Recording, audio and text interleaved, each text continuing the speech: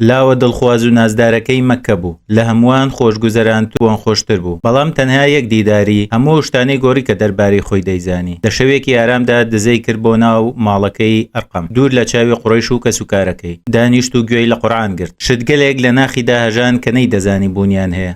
لەو شەوەدا بەردەوام ئەو ئاەتانەی دەوتەوە کە بیست بووی، وەک ئەوەی ڕۆحی لە نوێوە دروست بوو بێتەوە. کاتێ دایکی پێی زانی بەندی کرد و ڕێگری لێکرد بچێتە دەرەوە. وای دەزانی دەیگەڕێنێتەوە سەر ئەو حاڵەتەی پێشتر لەسەری بوو، نەیدەزانی بەوە زیاتر ئیمانەکەی قایمتر دەبێت. کاتێ پێغەمبەر درودی خوای لێبێ وەک باڵیۆز ناردی بۆ مەدینە بە تەنیا و بێ ماڵ و سامان و بێ چەک بەڕێ. کاتێ گەیشتە یەسریب دەستی کرد بە کۆبوونەوە لەگەڵ خەڵکی، قورئانی فێرکردن و ئاینەکەی بۆ ڕوونکردنەوە، بوو بە یەکەم مامۆستای مەدینە. ڕێگەی خۆش کرد بۆ هاتنی پێغەمبەر بۆ ناو شارەکە. کاتێک لە جەنگی ئوحوددا تۆز و خۆڵ ئاسمانی داپۆشی بوو بە سمبولی یازایەتی و دامەزراوی، هەردوو دەستی بڕانەوە. ئاڵاکەی بە سنگیەوە گوشی و لە باوەشی گرت، نەیهێژ ئاڵاکە بکەوێت. ئەو هاوڵەش موسعەبی کوڕی عومەیر بوو، یەکەم باڵیۆز لە ئیسلامدا.